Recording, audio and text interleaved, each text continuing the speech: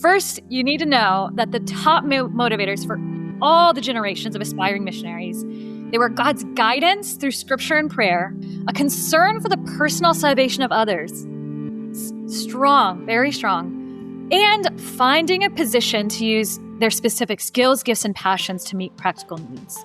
And then some of the ways we saw Gen Z differentiate from some of the generations was Gen Z is also particularly drawn to joining teams that are healthy. The Mission Matters podcast is a partnership between 1615 and Missio Nexus, who have a shared passion to mobilize the people of God to be a part of His mission.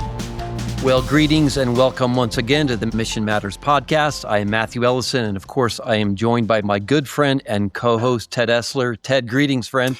Greetings to you. How are you today, Matthew? I heard that your state had the deepest snow in the country when that first big snowstorm hit. Did you know that?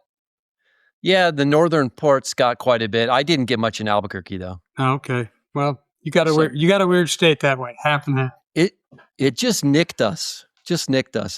Hey, Ted, I was thinking about my opening, my good friend and co-host, Ted Essler, and that's not just a catchy opening. I was contemplating this morning. We met 20 years ago. You were executive VP at Pioneers. 1615 had just started, and I was looking for partners, and you gave me the privilege of having lunch at Smoky Bones, and that set some great things in motion. So anyway, I remember that. More than a catchy opening. Well, today we're talking with some really great friends of mine, yours as well, Ted, and I would say leading thinkers in missions innovation. We have Dave, the founder of Gospel Mobilization. He's a former missionary, author of It's Your Call, and Katy is the vice president of GoCorp, a Gen Z expert, and co-author of Mobilizing Gen Z. And we're here today to talk about the Launch Survey, a study that was done to evaluate the current state of missionary mobilization in the U.S. So Dave and Katy, welcome to the podcast. Thanks so much for having us. Yeah, guys, I'm so excited for this conversation. Maybe just start with kind of some broad brush. Give us an overview. What was the launch survey about? What were your objectives in launching it? Just kind of go back to the beginning for those that haven't heard about it yet. Yeah, well, at the very beginning was in 2015 with a guy named John McVeigh, who may be familiar to some of the listeners, maybe familiar to you.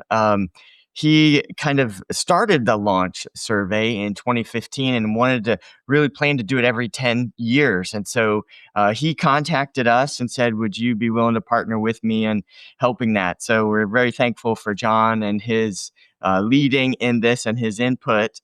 But it was a survey that went out to 2,400 new and aspiring missionaries, mostly sent from the North American context. So if you're listening from around the world today, just a little caveat that this is and was a North American study that we did. And so these were Christians who either aspired to be missionaries or were brand new to the field. And so we wanted to really discover, how is God calling missionaries? What is He using to draw missionaries to the field? What is He using to help motivate them? And how is He working in people's lives? And we also wanted to know, what kind of barriers were people running into on their journey to the field? Who were important in their journey? What people? Was it the pastor? Was it the mission agency? Was it parents? And so we looked at all this, and then we separated it all into generations, and God gave us just some incredible data. So I don't know if Katy, if you have anything to add to the survey in general, but we really wanted to see, how is God working in people's lives and calling missionaries? And really, how can mobilizers come alongside, and pastors and Christian leaders come alongside to help in their journey? Right. Yeah. I think one more little bit of context that's helpful for me, like as we analyze this data, was to recognize we surveyed those who were already on the contact lists of missions organizations. So this isn't just the everyday Christian in America or the everyday unbeliever in America, what do they think about missions? This was specifically those who had already expressed at least somewhat interest in missions. So, man, how do we move them along the pipeline? How do we take them from interest to actually taking some active steps to relocating? And the specific ones that we analyzed, they said they were willing to relocate across the world for at least a year or longer. So we were really also trying to look at not just, short-term missions, but how do we find more people who are willing to relocate across the world for at least a year or longer? And yeah, like Dave said, we were so surprised, so thankful. The Lord gave us so much favor to have over 2,400 respondents that fit that category. And they were asked to rank specific factors and hindrances. There were multiple choice, and they were able to rank those from like little to no draw, some draw to strong draw, or little to no concern, some concern, strong concern. So we really focused our analysis on what were the most strongly barriers and motivations. These respondents were all captured January to March of 2025, and they were analyzed in April of 2025. So we're looking at really pretty fresh, recent data. So this is a little bit of an unfair question because I've read the report. It's a lot of detail here. But give us a couple of kind of high-level observations, or when you tell somebody about it, what are the couple of things that you would mention to them as significant? Yeah, well, I kind of have, talked to a lot of people about this. So I figured out what is the easiest way to say, without having to look at tables and tables of data, what's the easiest way to kind of remember what are the top motivators and also what are the top concerns. So let me share those. If you're listening, you don't need to have a data degree to understand like what were the biggest things we learned. And we also really wanted to kind of look at the different generations. So let me share it in a way that's hopefully easy to remember. First, you need to know that the top motivators for all the generations of aspiring missionaries, they were God's guidance through scripture and prayer. This is huge. That was at the top. God's guidance through scripture and prayer, a concern for the personal salvation of others. Strong, very strong. And finding a position to use their specific skills, gifts, and passions to meet practical needs. Those were the top motivators really across all the generations. And then some of the ways we saw Gen Z differentiate from some of the generations was Gen Z is also particularly drawn to joining teams that are healthy. So those are the top things you should be thinking about that are drawing people to the mission field right now. And the top concern for all generations, was this lack of clear guidance or direction. So this lack of like direct calling. We saw it was actually the only concern that was 50% or more for every generation. All the other concerns were less. So lack of clear calling and direction was a top concern for all generations, and a lack of clarity or ambiguity in a role. That was also really high amongst all generations of aspiring missionaries. And then where they differentiated for the generations, Gen Z is also particularly concerned about feeling spiritually unprepared. That was their number 2 barrier, feeling spiritually unprepared to join God and what he's doing around the world. And then we also saw, again, similarly, all generations were also concerned with raising financial support, although it was interesting that ranked a lot lower for Gen Z. Loneliness, isolation, missing out on friends and family back home was much higher for them. And then we also saw there were a few more stage of life concerns for older aspiring missionaries and Gen X, things like spouse, concern for their children, and concerns for their aging parents. So those stage of life were also pretty high for Gen Z aspiring missionaries. So I want to make a comment. You mentioned scripture and prayer being one of the things that motivates people into the field. And I have to say, I'm not surprised. When we understand the meta-narrative, I've heard it said that the Bible is absolutely the best mobilizer because you just see this story of God. So that's super encouraging for me. I'm curious, were there any surprises? Like as you sifted through the findings, did anything stand out to you like, I didn't expect that? Yeah, I think there were a couple for me. When my generation, Gen X, went to the field, the primary thing that I was thinking about is, where is God calling me to go? And what we learned about specifically Gen Z aspiring missionaries is that's not the primary motivator for them. And so what the primary motivator, one of them that was higher than where is God calling me, is how can God use my specific skill set, education, talents, and passions And the where of missions didn't matter as much. And so, usually when you go to a mission agency's website and you can see the map, right, of where we're working. And that's just for Gen Z wasn't as important as, some of these roles, these really specific roles, and how can God use my talents. I think the other thing that really surprised me, one thing I love about Gen Z is that they're transparent and open and vulnerable. And so Katy mentioned that, having healthy teams on the field factored high for Gen Z and Gen Z aspiring missionaries. And that also relates to our headquarters and those that that they are relating with as they are moving through the pipeline. So it's really important that we have healthy, open, and honest communication with those that we're mobilizing. And, if Gen Z senses some dysfunction there or some unhealth, they'll go somewhere else. And so that really surprised me. Now that I think about it, it doesn't as much, but I didn't expect to see that so prominent in the data when we were first analyzing it. I think something else that really surprised me was one of the things we tracked as well is, different conversations they were having. And almost 70% of young people had said they had talked to someone from a different agency first than the one they ended up with. Almost 70%. To me, that was really surprising as well, that they're having multiple conversations. And I was encouraged by that. I think it's encouraging that we're doing that well as a missions organization, or like as a missions community as well, like generous mobilization, a kingdom mindset over our own thing. But that really surprised me. It really encouraged me as a mobilizer as well to say, okay, maybe someone who starts the conversation with me, I can be a door opener to where they're going to end up on the field, even if they're not a fit for what I'm sharing with them. And then I think also another pleasant surprise for me was we found almost the exact same things from Arbor Research, was also doing a really fascinating research study connected to Urbana, where they were figuring out, like, what is it that's motivating Gen Z? What do they think about missions? Whether they need an organization? And theirs was a qualitative survey. So they did the focus group qualitative. Ours was quantitative, the XYZ multiple choice.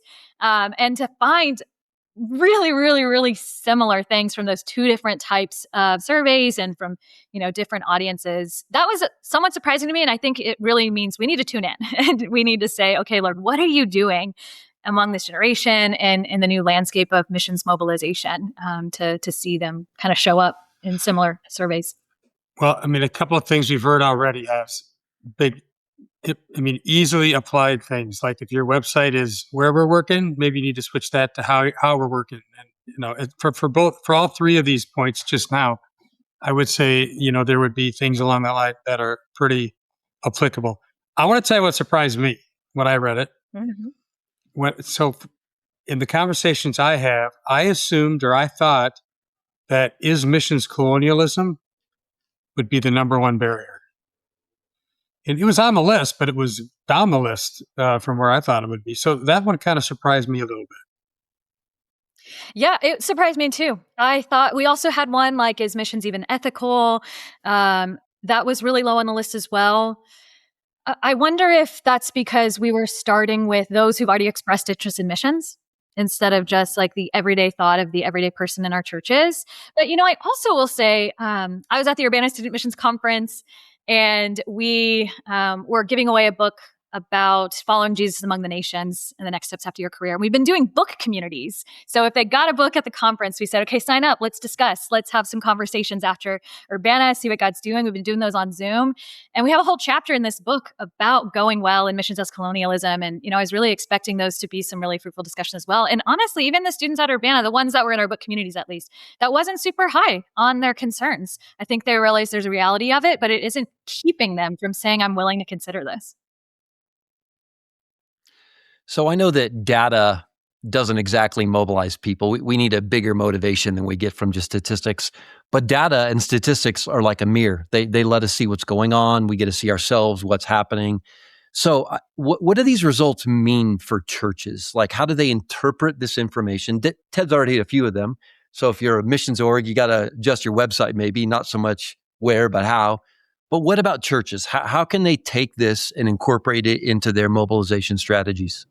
Mhm. I Yeah. think, oh, go ahead, Dave. Go I'll ahead. share I'll share a few thoughts and you can jump in. Sure.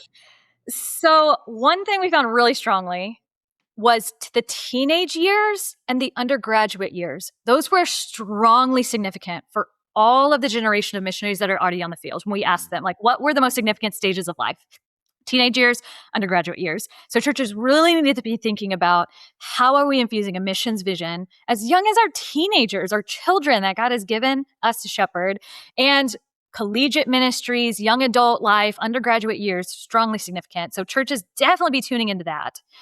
I also, we found that the pastor or spiritual mentor was the most significant person that aspiring missionaries said they wanted to discuss and pray and process with. Hmm. So as a leader, as a pastor, even as a lay leader, just someone who's spiritually mentoring a young person in your church, are you expecting to farm out those conversations to like the missionary organizations or the mobilizers? And I would say, don't do that. You have a really unique role and a very strong voice in the life of someone in your church who is considering what God might have them do and if he's calling them into missions. So pastoral, spiritual mentors and spiritual leaders, most significant person that aspiring missionaries really want to process with, pray with, and discuss. And then finally, I would say as well, I think it's absolutely imperative that as churches, we're thinking about the way we talk about calling. Like, are we showing people a biblical idea of calling, or are we only telling stories that are a really narrow niche understanding of calling, like a supernatural lightning bolt from the sky? That's not the only way God called people through scripture. That's not the only way God calls people now. And I wonder if this kind of narrow picture or understanding of calling is what's keeping that real high motivator, barrier, that lacking this strong and clear calling and direction. It's keeping people from the field when it really shouldn't be. So I would also say, how are you properly understanding, defining calling biblically, and how are you supporting people in discernment and discerning what God is asking them to do? So let's Yeah. let's camp on this for just 1 second here. Maybe put you on the spot a little bit. It seems to me that when we talk about calling, there's two different views that people take. One is that there's a specific call to be in ministry, to work cross culturally. The other is that, everybody's called. It's just finding your niche. It's kind of like the Oz Guinness, the call approach, where everybody's got a calling. And I noticed at Urbana, they presented both of those views from the plenary stage. Some people talked about a specific calling they had to be in ministry, and others kind of just said, "Hey, everybody here plays a role." What are your thoughts, or how would you respond to that in terms of what you just said about calling? Yeah. Well, I'm also talking directly my day-to-days with young people. So I'll tell you the things that they really struggle to understand and what Great, it is. great. I think many people, they are intrigued. They hear from scripture or they experience this piqued interest. Yet then they expect something else to also happen instead of saying, is this enough? Like, God's piqued my interest. I understand the needs around the world. I understand his calling and his heart for the nations. I understand this biblical Genesis to Revelation, like where we should all be pointed, and I'm willing and I'm able and I'm mobile. And I found this opportunity that seems to align and make sense with all what I know about God, all what I know about the needs around the world. Is that enough? And that's where I would say, we can come alongside people and say, the Lord has piqued your interest. He's called you through scripture. He's calling you through these experiences. He's calling you through this common sense, like understanding the need and seeing where you fit. Is that enough? And I think you could say, yeah, that's enough. There are going to be people who are going to receive this special calling. We need people who are saying, yes, God has called me to cross borders, to cross boundaries, to go change my address among people who might not have the chance to hear unless someone changed their address to go. But it's more so that last piece where they get hung up, where I would say they've already experienced calling, but then they're waiting for one more thing to say, God truly called me. And that's where we're seeing it stop people from actually those that I would say God has called you through all the things you've shared and experienced already. You don't have to wait for that one last thing with the unmistakable, like lightning bolt from the sky. And instead of the ways I help them look back and see he actually has called you. Those are valid ways that he has called you to the mission field. Yeah, and I think, again, as Katie mentioned, what this data means for churches, having pastors, spiritual leaders, for young people to be able to discuss this with is really what they're wanting. They're wanting help being to navigate this call and to be discerned, basically asking, how is God guiding me? I mean, as a former missions professor, I would talk with students a lot about, I don't know what to do. I remember one particular student, he said, "Can I volunteer to be a missionary? I kind of want to. Can I just volunteer to go?" And I said, "Well, do you think God would be angry with you if you just decided to go?" So there were some great discussions. And you're right, Ted, there's two sides of that coin of the spectrum, I should say, when we're talking about missions calling. But the other thing that's really important that we discovered here is that missionary stories, in fact, 59% of Gen Zers said that stories from missionaries speaking in their church was a strong draw for them. And in many cases, they don't remember who the missionary was, right? But they can tell you what that story was.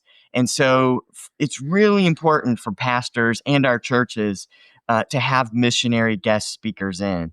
And it doesn't have to be a one and done. That missionary, many of them would love to mentor the next generation of missionaries. So aside from someone who's interested in missions talking with their pastor, they can begin to form a friendship with this missionary and to help them navigate that calling and what God's doing in their lives. And, Katie alluded to the younger generations. That was the time when they first felt called and had this interest. So missionaries going to youth groups and sharing these stories, as well as college campuses, are really, really significant. So just building on what we're talking about here, I don't know who said it, but I love it. You don't need a voice, you have a verse, or verses. We should put the S on there, right? So we're looking for this Damascus Road experience. Sometimes all of us, and we may or may not get that, as you pointed out, Katie and Dave as well. But we have more scripture than Paul did, and Paul knew that the gospel was to go to all nations. And I love in the book of Acts that they root their calling to take the gospel of the Gentiles in Old Testament prophecy. It was God's plan from the beginning. And so I just love what I'm hearing, because we're all called to participate in this mission of redemptive history. Now, we have a different part to play. We have different roles. We bring unique gifts and experience to it. But I really love that we're emphasizing everyone is called into this. That doesn't mean everyone's a missionary. Not everyone's appointed to cross the culture of the gospel, but we're all called into the story here. So just some really great stuff here today. Let's move to orgs a little bit. We talked about churches, and Ted already talked about your website. What does this information mean for missions organizations? Yeah, first and foremost, we've got to ask ourselves, do we have a healthy culture in our organization? As a mobilizer, when I talk with a student, for example, am I putting my best foot forward and only saying the good things about my organization? Or can I be open and honest in the conversation and say, here's what my organization is really good at, and here's where we're not so great. These are some things that we're working on. That type of vulnerability and transparency is going to help you mobilize the next generation of missionaries. So, do you have a culture like that where we can be honest and open with one another and have that trust, right? And ask for forgiveness and still love one another and work on things. And can we show that to Gen Z? So, that's one of the really, really important factors. I mean, there's been some other studies that have kind of discovered this as well, but we really have to look at our own organization and say, are we healthy? And are we speaking Gen Z's language? Are we contextualizing our missions message to Gen Z? Or are our staff and processes and systems and philosophies, are they stuck in the 80s? As if they are, it's going to be really, really difficult to mobilize the next generation. Yeah, I would also add, if feeling spiritually unprepared is a big barrier for young people, what are we as agencies doing to help them grow spiritually? And what is our role? I think a lot of that needs to happen through the local church and through discipleship and mentorship. So how are we as agencies partnering well with local churches and creating opportunities for young people in the pipeline to be growing spiritually and to be kind of encouraging through those steps? Like, it might be a longer road before someone is connecting with you until when they hit the field, instead of just picking people up who are already at readiness and then placing them overseas. Missions agencies need to think about, how are we discipling people into readiness, both through the local church and through the opportunities we're giving them? And how do we also stay in relationship with people if it's a longer road to be ready to go? Than just kind of an interest conversation and getting on the field, is something organizations, I think, are definitely needing to be thinking about. Mm-hmm. And I mean, teams is huge. Are you investing in teams? Young people really want to go where there's already a team of people who can receive them and who can be a part of helping them assimilate and grow and have that community on the field. Katy, I actually think it's super healthy that there's humility about their spirituality. I could have used that actually before I went overseas. I had no idea what I was getting myself into. And so that one is actually a little bit encouraging to me. But I would also say, from my seat, what I see organizations doing is making a definite shift toward more on-field assistance and help, especially in that first 2 years. There's a whole movement called Receiving Well, and that's a lot of what they're talking about. And interestingly, to go along with one of your other findings, that process decouples people from a place, because they're usually going first to kind of a central location before they choose their place. I just see a lot of health in all that, and that kind of change that's going on out there. I'm so curious, but I believe that young people might really be helping us unearth the path to more sustainability and less attrition on the mission field, because of the way they're thinking about missions. And like you said, this encouraging realization that they want to be ready to go. And they're inviting people in to help them be ready too, which is really encouraging, really exciting. I'm curious. Hadn't planned on going here, but I'm going to go here. As you read the data and everything else, did you reflect back on your own calling into missions? And what were the triggers for you? Absolutely. Absolutely, I did. And, it was different. And so, but it's just wonderful to reflect on that and how God is working amongst Gen Z. And, for us older generations, it's just going to look different. Are we willing to move and shift with how God is working in and through Gen Z? Are we willing to learn from Gen Z? And like Katy alluded to, and to maybe even get a mentor from Gen Z to mentor you in maybe some of these topics that are hard or difficult for us older generations, right? So, yeah, I'm really excited about the future of missions and Gen Z's role in it. I can't wait to see how God continues to do his thing. I'd say not just learn, Dave, but put them in charge. Let them make some mistakes and learn and grow as leaders. I think it's very exciting. Sure. I got to ask one last question here. I've noticed that the age of when somebody goes is creeping up. So we do mobilization study, a different kind. We're looking at who actually goes. So we track those. And by the way, the year you did your study, by the way, mission mobilization was up about 3 to 4% year over year. So it was a good year, I would say. But the average age is now almost 30 years old. Was that reflected at all in any of your data? I don't know if we actually asked a question that would really have got at that. We did ask like the age of those who were on the field and what we were responding. We did have a good chunk of those who were in Gen Z on the field, which means, probably the oldest would be about 28 at this point. Okay. Yeah. Fair enough. Well, it's been a great conversation. Thank you for these insights. What have we learned here today? Scripture and prayer, number one. Is that right? Absolutely. Community, team. And then how do I fit into God's story? How do my unique gifts and experiences fit into this? So thank you guys so much. We got to ask how people can get more information about this study, because I know it's available. Could you tell us how that can happen? Yes, we've listed all the data, PowerPoint presentations, an infographic that we partnered with Missio Nexus on to produce, and it's all at gospelmobilization.org/launch survey is where you can find all of that. Awesome. Yeah, we even have some things. As a team leader, what do you need to know as a team leader receiving the new type of missionary, or as a communication team, as a communication department? How do you communicate differently? There's even some really helpful, direct pieces like that you can find there if you're curious about how do I apply this directly to my context. Well, Dave and Katy, bravo. Great work. Thanks for sharing it with the community. Thanks for having us, Thank guys. you both. Before you go, be sure to like, share, and subscribe so you don't miss the next episode. The Mission Matters podcast is a partnership of 1615 and Missio Nexus.